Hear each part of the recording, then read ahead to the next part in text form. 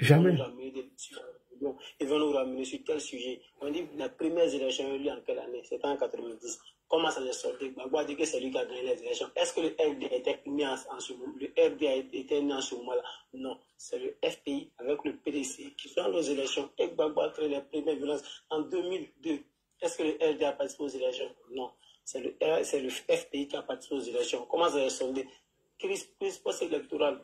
Donc, c'est pour dire, Gbagbo, moi personnellement, c'est un message, c'est un appel à nos différentes autorités que ce monsieur ne soit pas inscrit sur la liste électorale, bien que ça ne soit pas le sujet d'aujourd'hui, ne soit pas inscrit sur la liste électorale. Parce que chaque élection auxquelles il a participé, ces élections sont soldées avec des morts. C'est les Ivoiriens qui meurent chaque fois parce qu'ils ne reconnaissent jamais et il ne va jamais reconnaître sa défaite. Il ne reconnaît jamais. Pour lui, toute la Côte d'Ivoire, c'est lui qui a le titre de séjour de la Côte d'Ivoire. Donc, toutes les élections auxquelles lui participe, ce sont ces élections qui sont déjà à lui sa portée, dont il a toujours gagné. Pourtant, il ne propose rien. Tu vois, il ne propose rien. Non, il ne perd jamais d'élection. Lui, il ne perd jamais. Lui, il gagne toujours. Même quand le RRPP, le PDC sont mis ensemble pour faire une coalition, lui, il dit non, il a gagné. Face à Oufoué, il dit il a gagné. Est-ce que c'est lui qui va reconnaître aujourd'hui le président Ouattara vraiment qui a mis toute la Côte d'Ivoire d'accord à cause de son travail, à cause de son bilan? Lui va reconnaître le bilan du président Ouattara en 2025 là. Jamais. Je ne suis pas sûr. Ce monsieur a quelque chose derrière la tête. Quelqu'un même quand il parle, il s'oublie qu'il est en train de parler. C'est aujourd'hui lui il dit il va venir gouverner. Il n'a pas l'envie de gouverner. Quelqu'un même qui n'est pas sur la liste électorale, qui tient des paroles guerrières, qui tient des paroles en tout cas qui vraiment, quand tu écoutes, tu te dis, mais attends, il compte sur quoi? Il n'est pas sur la liste électorale. Hein. Il n'est pas sur la liste électorale. Il y a des partisans qui disaient des vidéos qu'on a vues qui disent qu'un Gbagbo n'est pas sur la liste électorale, il n'y aura pas d'élection. Et il compte sur quoi? En 2002, quand le président Ouattara n'a pas été sur la liste électorale, est-ce que la Côte d'Ivoire a quitté l'emplacement de la Côte d'Ivoire a quitté son emplacement pour aller se situer sur un autre côté du monde? Non, la Côte d'Ivoire est restée là où elle est. Pourquoi en 2025, Gbagbo n'est pas sur la liste électorale et puis la Côte d'Ivoire a brûlé?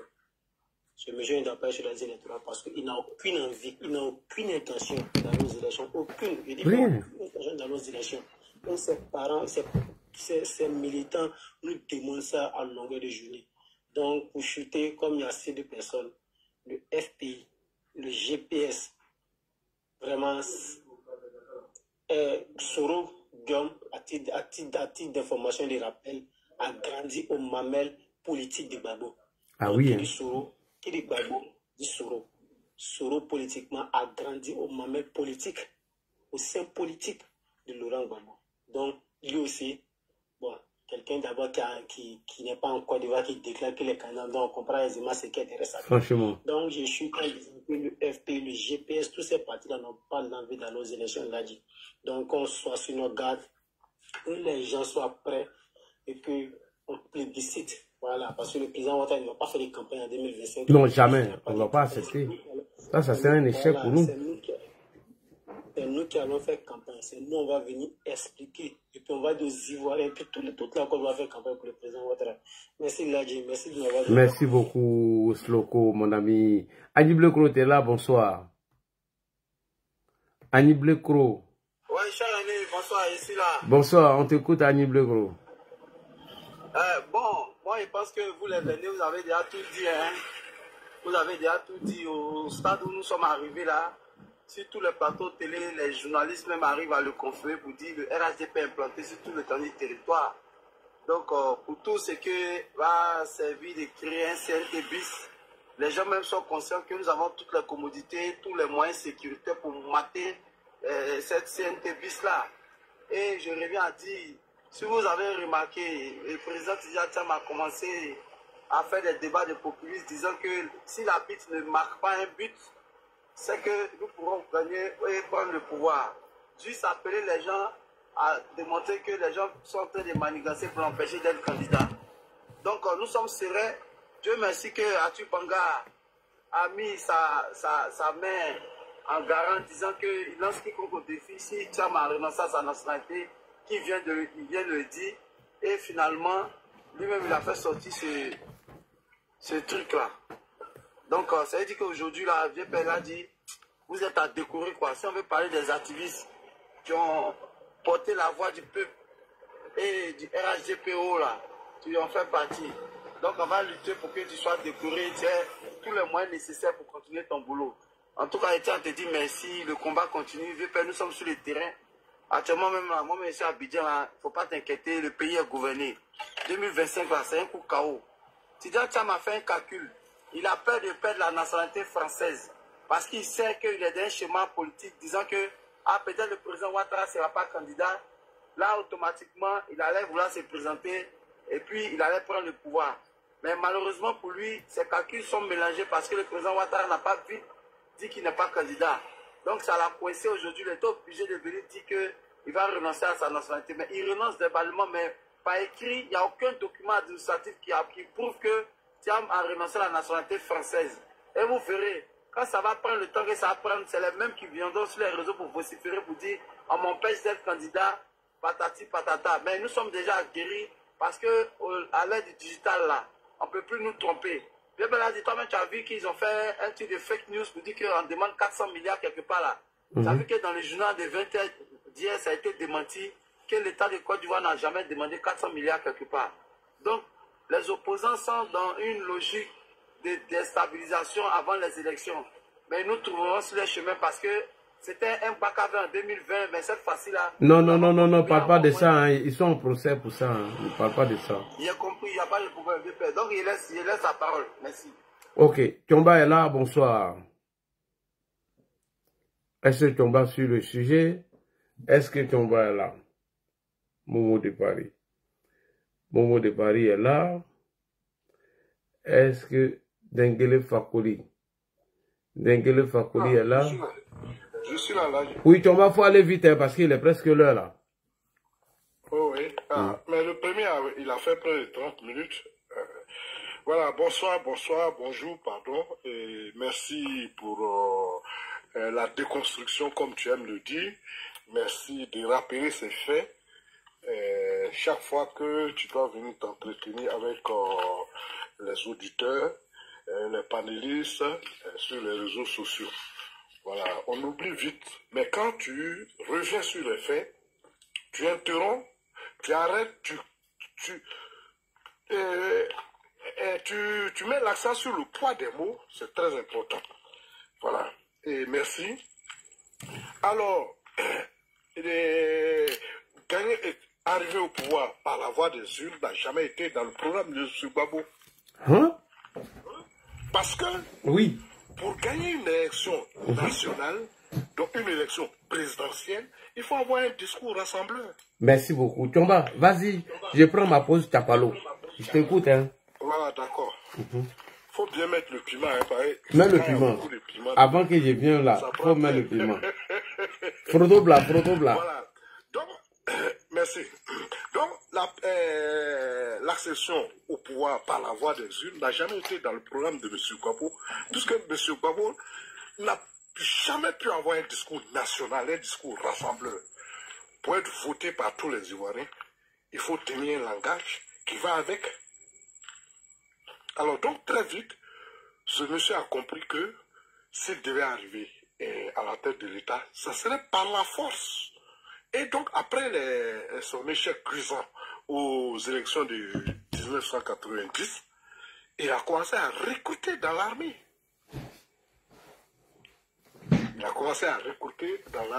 Souvenez-vous, en 1995, il y a eu un moment où il y avait la tension, où on disait que,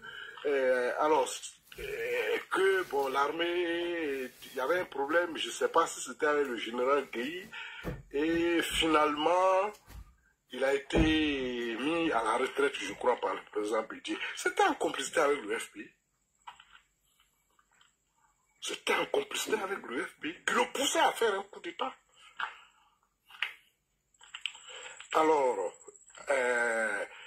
en 2000, on a tous vu, Gbagbo s'est autoproclamé président. Avant qu'on ne finisse de compter, alors, il s'est autoproclamé, il a appelé les jeunes à la rue. Et puis, comme on l'a vu plus tard, ce téléphone où il appelait quand on envoie du renfort, c'est pas comme ça on gagne des élections. Donc l'homme, il n'y a pas de programme d'accession au pouvoir par les jeunes, je ne sais pas bon.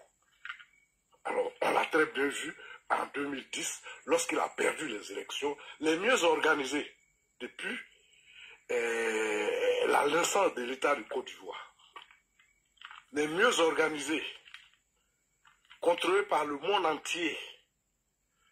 Alors il a voulu se maintenir par la force. Et ce n'est pas un homme de compromis. Alors donc, croire qu'on peut avoir un compromis avec M. Gbagbo, c'est une erreur. Il ne respecte que la force. Et malheureusement,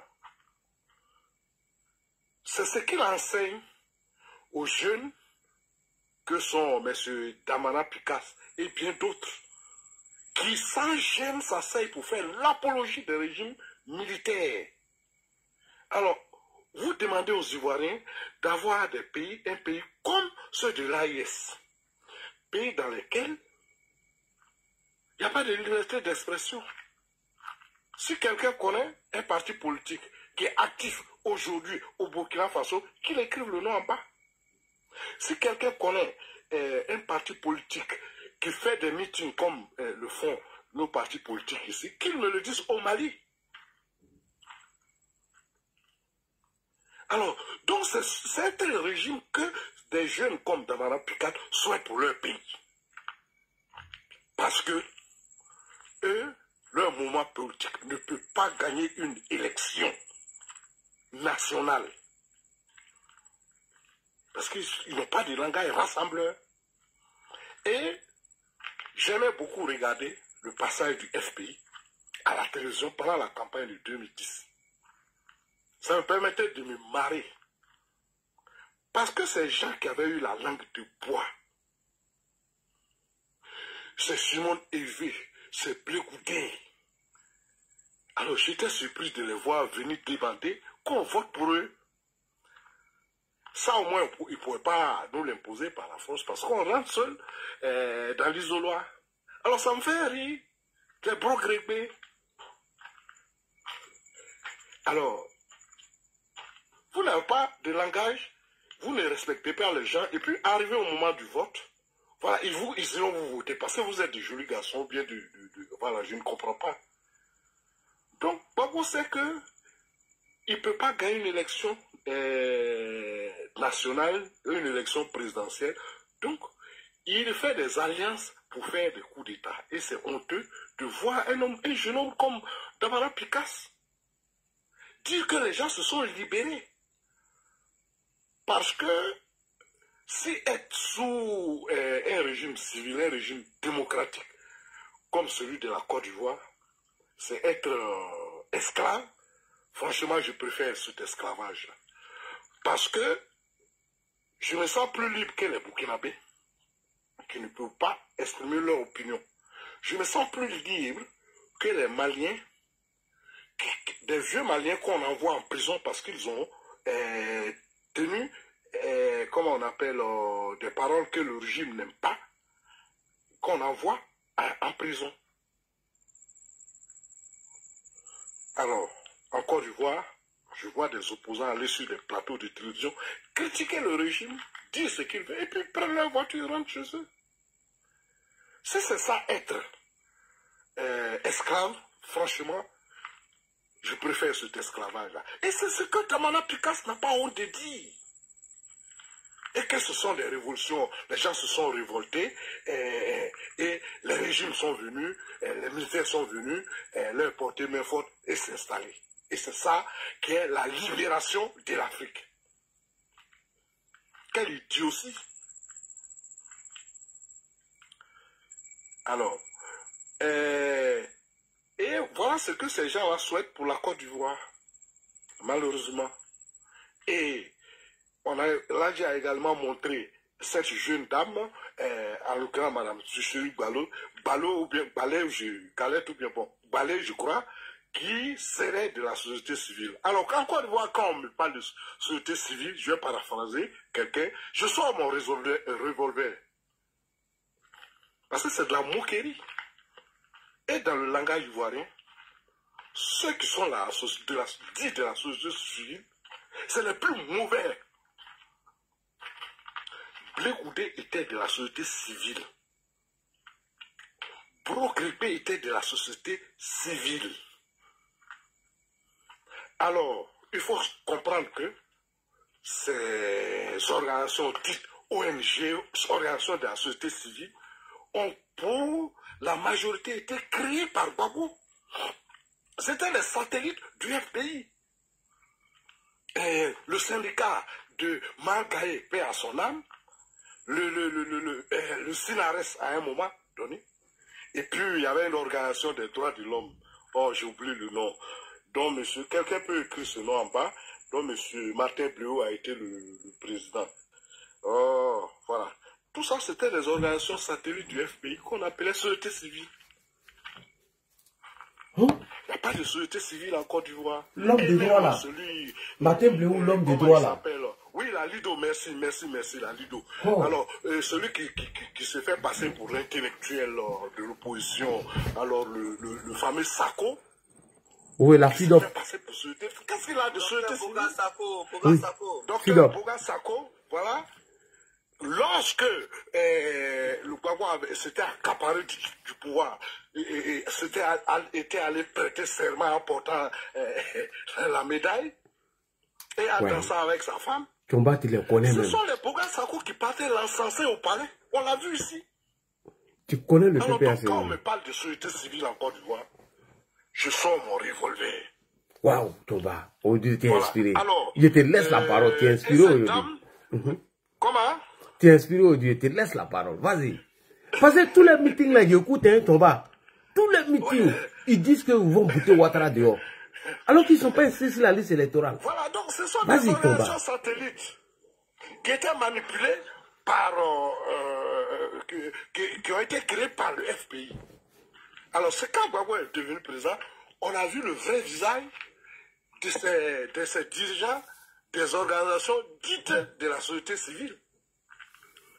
Les Mangaé, les Denis Segui et les Blé Goudé, les Bro-Grépé.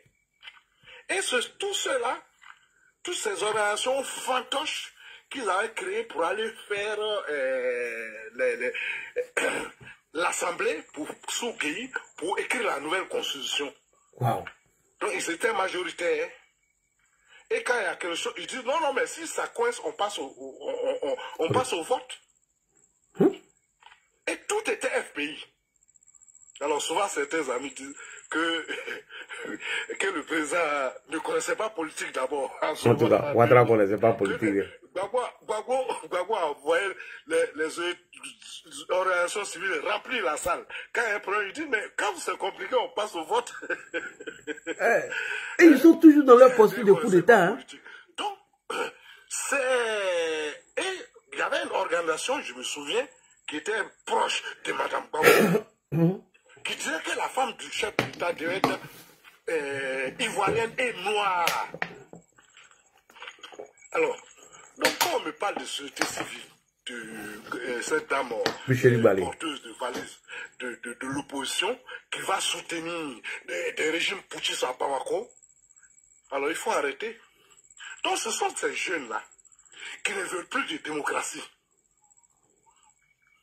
Alors,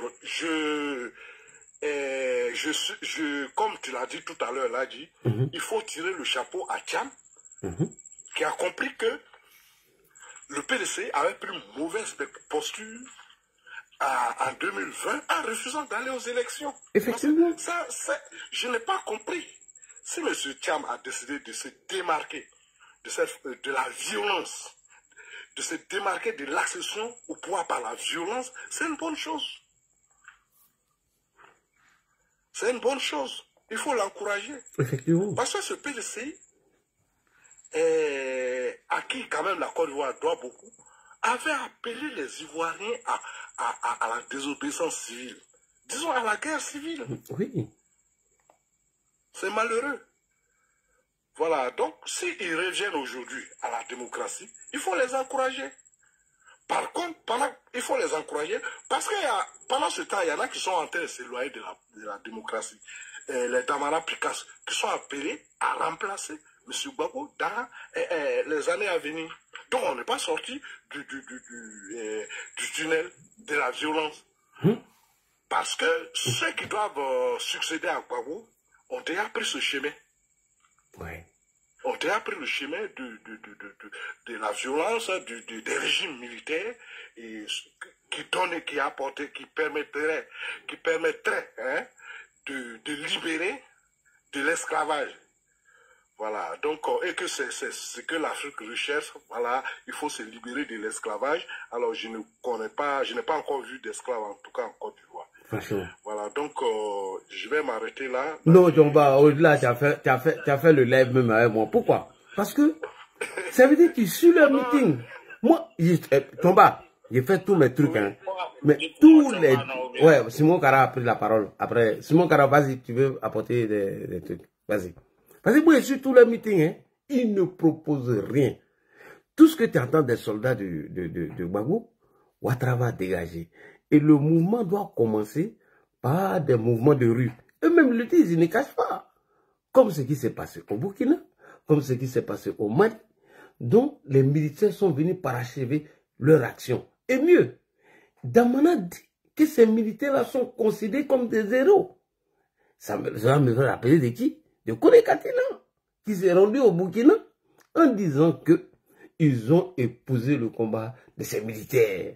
Et que Ibrahim Traoré était un héros, Assimi Goïta était un héros, mieux, Abdraman Tiani, qui a pris en otage Mohamed Bazoum, qui fut même l'ami de Gbagbo, ami socialiste, qui a même rendu visite à Gbagbo. Gbagbo l'a dit que tous ceux-là sont des héros. À la réalité, le PPACI n'a pas d'autre solution si ce n'est que coup d'État. Et Franklin l'avait dit dans une vidéo que depuis les années 94, ils étaient toujours inscrits dans leur posture de coup d'État. Où il y a des soldats qui s'entraînaient depuis le Burkina, les Moissi Grenat, les Gaudi Oulata et autres. Voilà, Gaudi Oulata, merci. Alors c'est lui, depuis quand même le temps du PDCI, cet officier avait pris le chemin de l'exil et il sortait régulièrement, joli garçon, toujours en tenue militaire de sortie avec sa cassette sur les journaux du FPI. Donc il avait infiltré l'armée. Il avait infiltré l'armée. Donc on a remarqué que sous le régime D, il avait une partie de l'armée avec lui. Gbagbo a compris qu'il ne peut pas gagner une élection. Il ne peut pas gagner une élection. Donc c'est la voie militaire qu'il va utiliser. Et ce qui est regrettable, c'est que les Damana Pika s'inscrivent dans cette posture. Alors, ce que moi j'attends, c'est que j'attends le soldat de Gbagbo qui va appeler, comment on appelle, à la révolte. Ah, ça va se faire. Il faudra être violent. Parce que c'est le seul langage. Moi, je le dis, je le répète, c'est le seul langage que Gbagbo comprend. Ce n'est pas un homme de compromis. Ce n'est pas un homme de compromis. L'élection présidentielle a été la preuve. À Abidjan, les gens avaient faim, ils étaient enfermés. Chaque jour, on comptait des gens qui étaient déjà dans les rues. Ce n'est pas son problème. Et c'est la deuxième personnalité qui a tenu tête au monde entier après Saddam Hussein, quand il a envahi le Koweït. Toutes les puissances lui ont dit non, il faut te retirer, il a refusé. C'est la deuxième personne qui a tenu tête au monde entier. Alors, c'est avec un homme comme ça que vous allez négocier. S'il commence, il faut être le plus violent possible. Parce que c'est le seul langage que Gbagbo comprend. C'est le seul langage que Gbagbo comprend. Ce n'est pas un homme de compromis. Donc j'attends son soldat qui va appeler à l'insurrection dans cette année d'élection. Monsieur Tomba, monsieur Tomba, monsieur, attends, faut pas y oublier. Tomba, monsieur, Tomba, je vais te rappeler quelque chose. Tu te rappelles des élections de 90 où des militants du FPI ont volé des urnes dont on a retrouvé dans leur chambre à Makori. Et leur feuille de route était quoi? tout changement est possible, mais à condition qu'elle se fasse dans le sang. Et Gbagbo dit qu'après qu'est-ce qu'il dit encore, Gbagbo?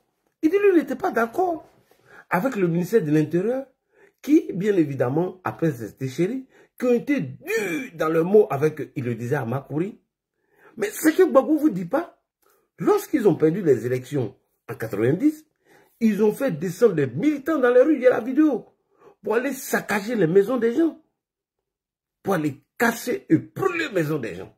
Donc Gbagbo est un homme violent en 90. Mieux, revenons à... Il est brutal. Il est brutal. C'est ce que je vous dis tous les jours. Merci. Est brutal. Il faut être brutal avec non, tu viens de m'inspirer encore. Je reviens sur les élections de 2010. Pourquoi il n'a pas accepté sa défaite?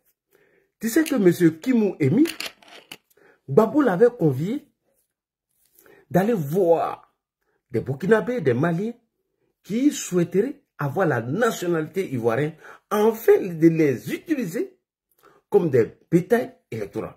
C'est Gbagbo qui le dit, j'ai la vidéo. Celui qui me met au défi, je sors. Et M. Kimou dit qu'à la demande de Gbagbo, ils ont pu naturaliser des milliers de Burkinabés et des milliers de Maliens qui se sont retrouvés plus tard sur la liste électorale. Voilà pourquoi il n'accepte pas sa défaite. Malgré toute cette tricherie, il n'accepte pas. Et ce que je dis, j'attends un pro Gbagbo pour venir me demander les preuves. Je l'ai ici. Donc revenons maintenant sur la question de la violence de Gbagbo. Chaque fois, remarquez quand Gbagbo sort, dans ce meeting, il ne parle que de ça. Moi, je me pose maintenant la question.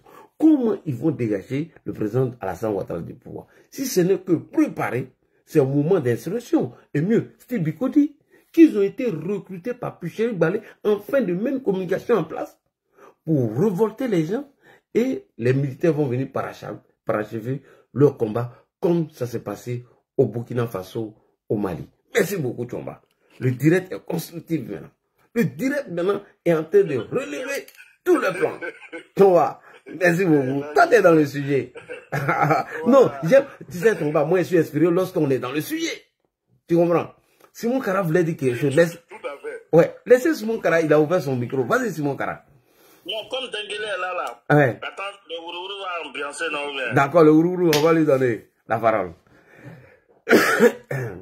Le Ourourou, on t'écoute. Oui, allô? Oui, allô. Voilà, donc, ce que moi j'ai à dire dans cette histoire, c'est que l'opposition, ils ne préparent pas les élections.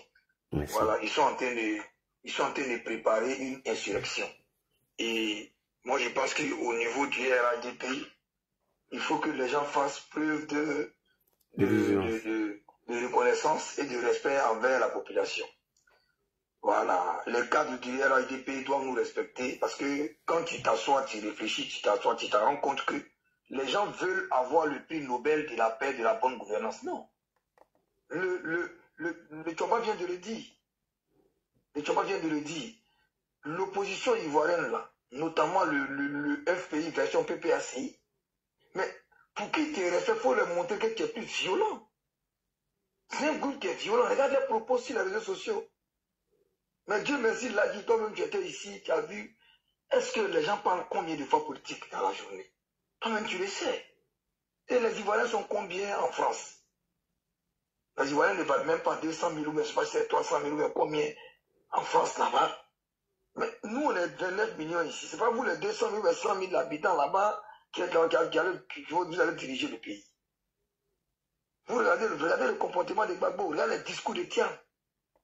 Tiam qui dit non, oui, on parle de nationalité, mais moi, il fait terminal ici en Côte d'Ivoire. Bon, il y a un ingénieur, là, comment lui réfléchit? Comment un planteur de cacao va réfléchir? Hein? Faire ton terminal, faire la terminale, mais c'est pas où, ou bien le lycée dans un pays, fait pas de toi le citoyen de ce pays. Mais si Tiam me dit, non, moi, il fait terminal ici. Donc, ça dirait qu'il est ivoirien. Tu as vu? Laurent Gbagbo, il va à Makori. Il arrive à Makori, il parle de oui, c'est moi qui ai la cour constitutionnelle, dit que c'est moi qui ai gagné.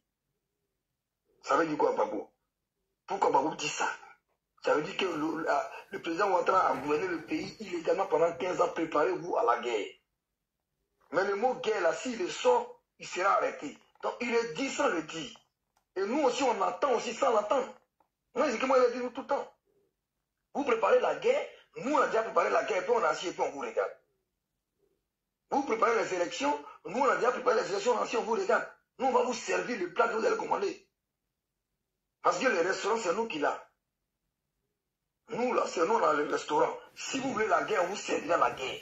Vous allez manger comme vous allez garder vos enfants. Si vous voulez les élections, on va vous servir les élections.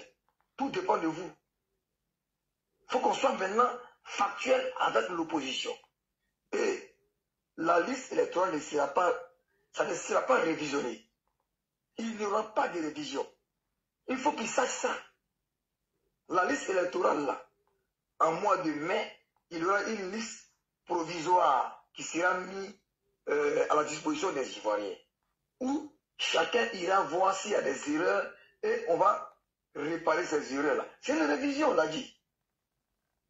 La révision de la liste électorale ne veut pas dire de rajouter des gens ou d'enlever des gens. Non. C'est une révision de regarder s'il y a des erreurs. Est-ce que le nom de l'Adji n'est pas mentionné 2 fois dans la liste provisoire? On l'enlève. Est-ce que, au lieu de mettre l'Adji, peut-être qu'ils ont mis l'Adji, ils vont réparer, c'est toi qui vas voir que ah, mon nom là c'est l'Adji. C'est I, c'est pas eux. Ils ont mis eux. Et que toi tu vas réparer, c'est une révision.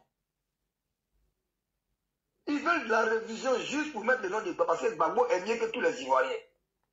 Parce que la mère de Gbagbo est mieux que toutes les mères de Côte d'Ivoire. Donc Gbagbo, le fait qu'il n'y a pas son nom, on doit faire une révision juste pour mettre le nom de Gbagbo.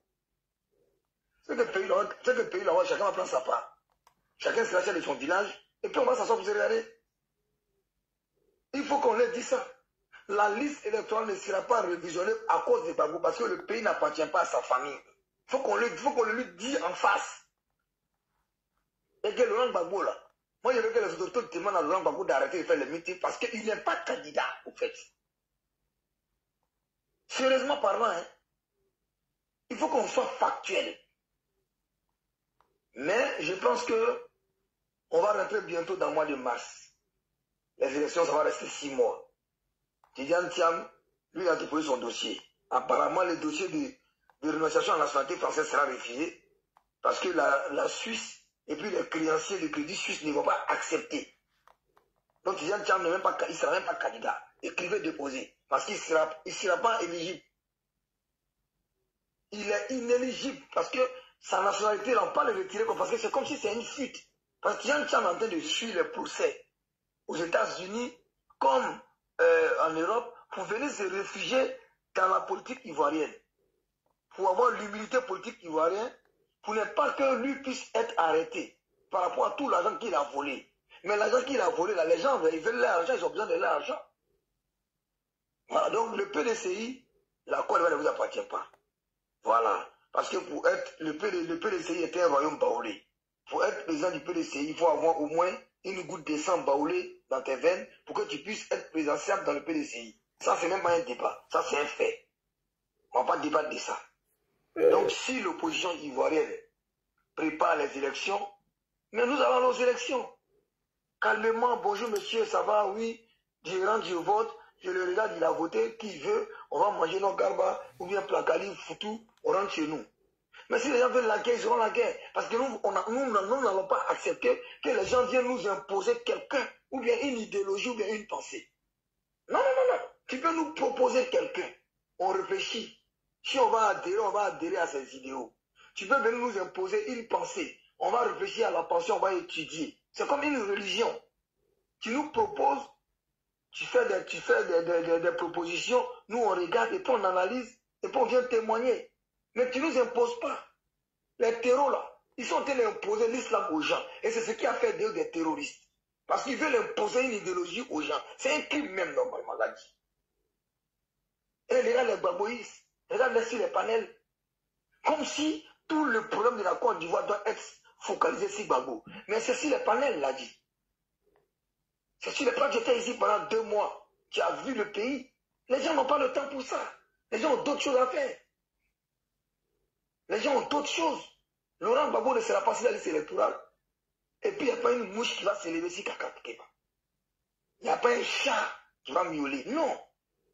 Le jour des élections, là, le jour où ils vont donner, avant les élections, on doit donner le nom des candidats retenus et des candidats rejetés. Même si on donne le nom de Gbagbo ne sera pas dedans, et puis il n'y a pas souris il n'y a pas chaque qui va attraper souris. Il n'y a pas chaque qui va sauter sur souris. Il faut qu'on leur dise ça. Donc, c'est un PPACI. Le PPACI n'a pas été écarté. C'est M. Laurent Gbagbo qui est frappé par une décision de justice. Et comme il n'est pas le seul intelligent, bien vrai qu'il y a moins d'intelligents dans vos groupes, mais il y a au moins, dans les cons, il y en a qui sont moins cons que d'autres. Donc vous pouvez voir, parmi vous choisissez un qui va devenir vos candidats.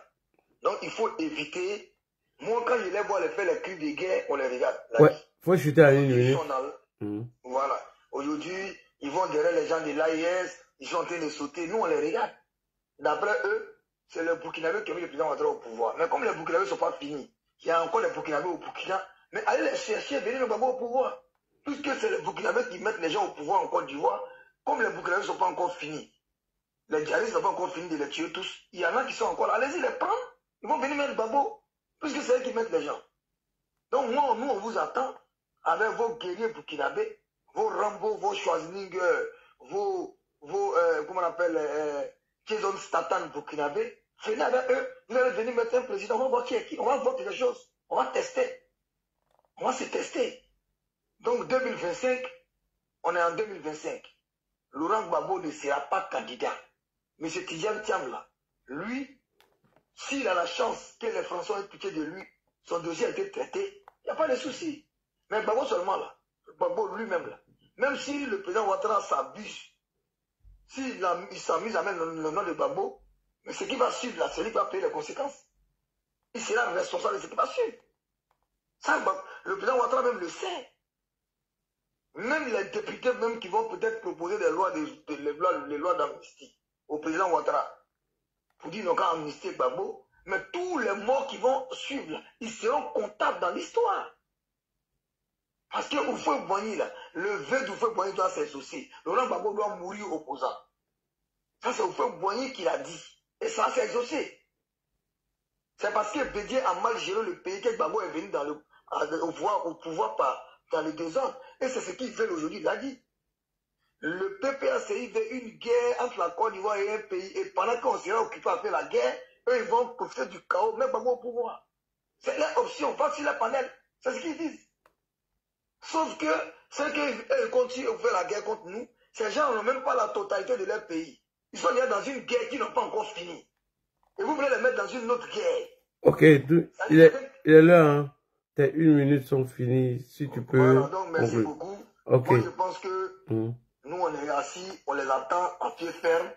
C'est pour ça qu'on a dit, pas de t-shirts à l'effigie des criminels pushistes, pas de concert des descendants des pushistes dans notre pays. Le pays nous appartient, ça n'appartient pas aux élus. Merci beaucoup. C'est nous les amis au pouvoir. Merci. Merci beaucoup, Ladi. Tiomba, on fait les shows des 20 minutes qui arrivent. Tiomba, tu m'as inspiré ce soir parce que merci beaucoup pour tout ce que tu fais et tout ce que tu apportes à la nouvelle génération. Tiomba, quand tu fais le bilan aujourd'hui du FPI, vous qui êtes plus âgé que nous, vous qui avez vu le FPI dans leur manœuvre depuis les années 90 jusqu'à aujourd'hui, il n'y a pas de changement. Hein? Ouais, descends, tu remontes.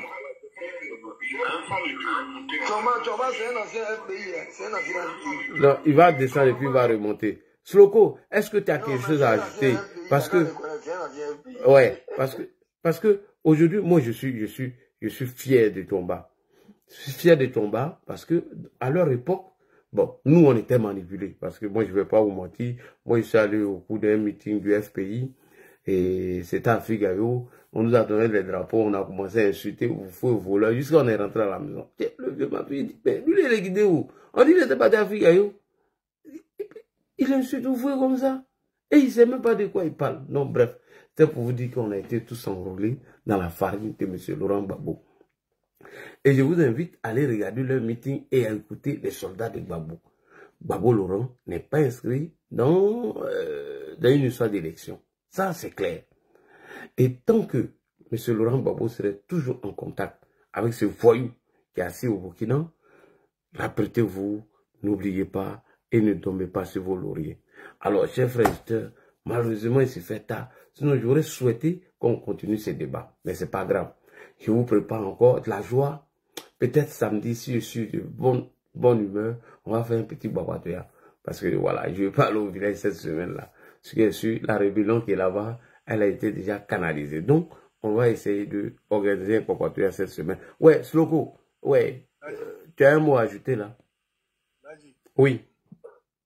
Ouais, moi j'ai un petit mot à ajouter, s'il te plaît. Oui. Voilà. Gbagbo nous a dit ici que lui, il aime la vie. Mm-hmm. Donc, leur chantage pour dire que la position de leur parti, c'est quand Gbagbo ne serait pas candidat qu'ils vont brûler. Mais quand Gbagbo même est dedans, et que Gbagbo dit que